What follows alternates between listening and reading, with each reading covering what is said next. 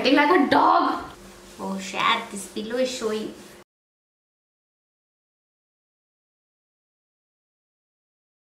Hello everybody and welcome back to my channel Alive to Tell a Tale. My name is Sharmishta and today I am back with yet another story.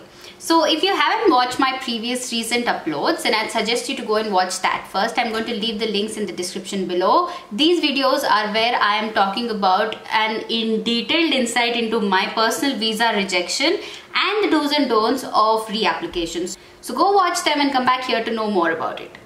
In today's video, I will be discussing in detail about how I took off, in the sense how my visa approval happened and how I took off and moved from India to Ireland. Before all this, I'd like to tell you that whoever has gotten their visas and are flying, great, but whoever couldn't make it due to any reason, whoever couldn't make it for the September intake, I would highly recommend you to consider going to UK for the Jan intake. Now, why am I saying this? People think that I am going to talk, like I have started to recommend UK because I'm going there. No, I'm not going anywhere anytime soon. But I just understand the fact that the number of options that are open for Jan intake in Ireland are comparatively very low. Like hardly 3 or 4 universities have a Jan intake in Ireland, and you're kind of narrowing down the amount of options you can apply to in terms of university and courses. But on the other hand, UK has multiple intakes, like nearly 3 intakes a year. Most universities have 3 intakes a year, and I think that it'll just open up more options. So I would highly recommend कि अगर ये नहीं हुआ, if Ireland hasn't worked out for you guys, then I definitely would recommend UK. Jan intake specifically because, you know, there's not a lot of time in hand. So if any of you guys are interested to go to UK in the Jan intake and would need any help from my end, then you know what to do. There is a Google form in the link in the description box. Just go fill it, and I think somebody from my team will get in touch with you and guide you through end to end, and all this at a very reasonable price. Trust me, please don't pay 80-90k to consultancies, please. Okay, now let's go ahead and talk about how my visa got approved and what were the challenges that I faced while taking off. Now last when I stopped, I told you that I had asked for extension from my university saying that my visa is taking long because it got rejected in the first attempt and the reapplication happened. And most people ask me, reapplication, how long does it take? Now ideally they should be keeping in mind that the reopening, like they should keep in mind when the university is opening, like when the induction is, and should be giving you your visa before that.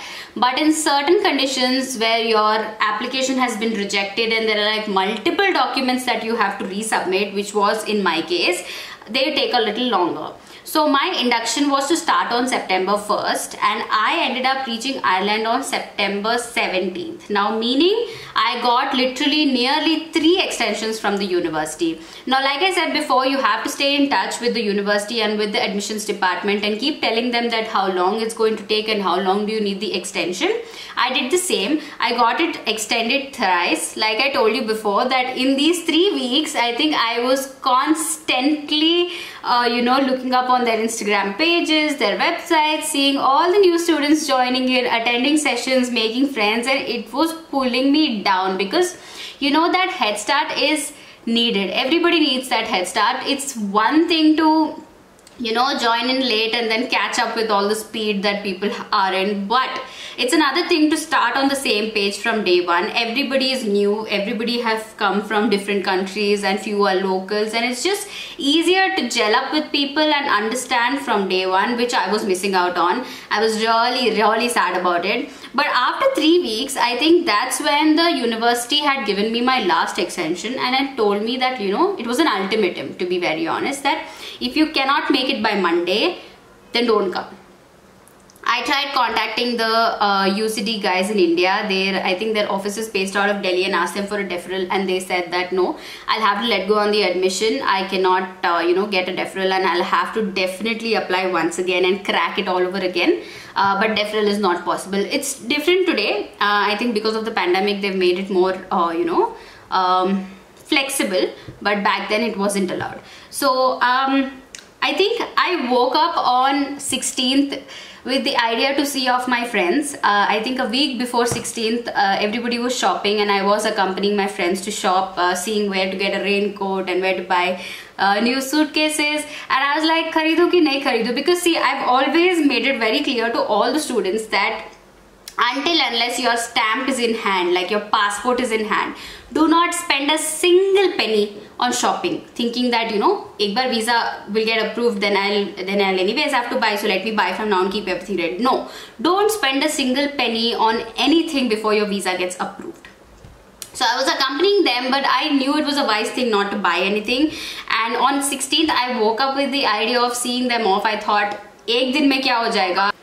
So on the 15th, I woke up to say my friend, on the 15th, I woke up to see my friends off, as in the flight was on 16th, but took a day to spend with family and all. And I vividly remember that I was walking back into my apartment from the back gate and I received a text message. Usually the signal is really bad in my gated community. And I saw a message, but message aa gaya. I was walking back, told them bye, and I came back. And when I was walking into the apartment, I saw a text message. And when I opened it, it's the text message that people usually receive. So usually it doesn't state if it's approved or rejected. All it says that you are going to receive your passport in so and so time or something like that. And I sat down there. I sat down because this is me, total me. Even on the way, when I got rejected, I was crying and sobbing there. I was almost crying and sobbing here also. But then, like I told in the previous video also, that if you get your text message or even if you see your name in the, that PDF list that is released, don't jump to conclusions. It's always better to wait for that passport and see that stamp with your own eyes. So then my consultant was also like, kuch nahi, we'll still wait. It might take a day or two or something. On the 16th, I woke up and I know that my friends have already reached the airport and they are going to fly via Abu Dhabi to Ireland. And I was like, that was the last day. 16th was exactly the day that I was asked if I cannot make it on 16th, then my university asked me not to come. So even if I receive the message now, even if I get the passport and the stamp on it, there is no point because now I cannot go because they have asked me not to come. So I woke up with that head. My mom was also not with me. My mom was somewhere in Amritsar and I never knew that she was going to come back. So she also had planned that I'm going to be devastated because that day is going to pass and I cannot move. So she preponed her ticket and she came back. And I woke up and I saw her coming in and all of that. And we were still thinking ki kuch chamatkar ho jayega. And at 1 o'clock in the afternoon, somebody rang the bell.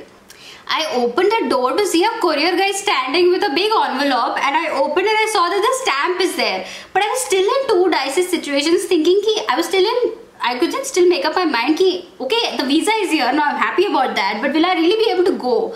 So, is beach mein jaldi within an hour, my consultant contacted the admissions department, told them that the visa is here and that I can quickly leave India and be there by tomorrow. So, will she allow me that? And they were kind enough, UCD was kind enough to say ki, theek hai, by tomorrow if I can go and show them my face in Ireland, then I think we're sorted and I can join the academic year. So, that's how it happened. I think the moment we received the confirmation email, me and my mom started stacking clothes.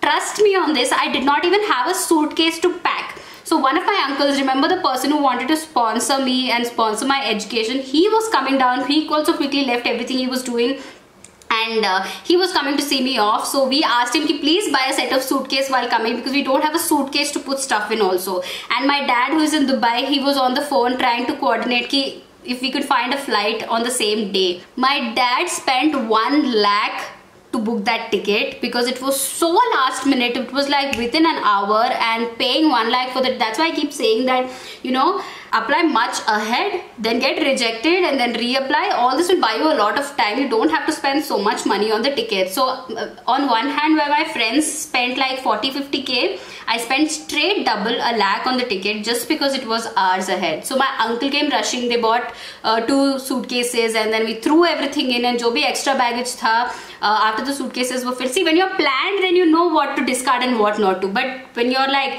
about to take the flight in like an hour, you're just dumping everything, thinking ki ye zarurat pad gaya to, wo zarurat pad gaya to. So 2 suitcases were filled, 1 big and 1 small one. And then my mom was like, theek hai, what if you need shoes and things like that. So we took a huge Amazon ka carton and dropped the extra luggage in that. And we went.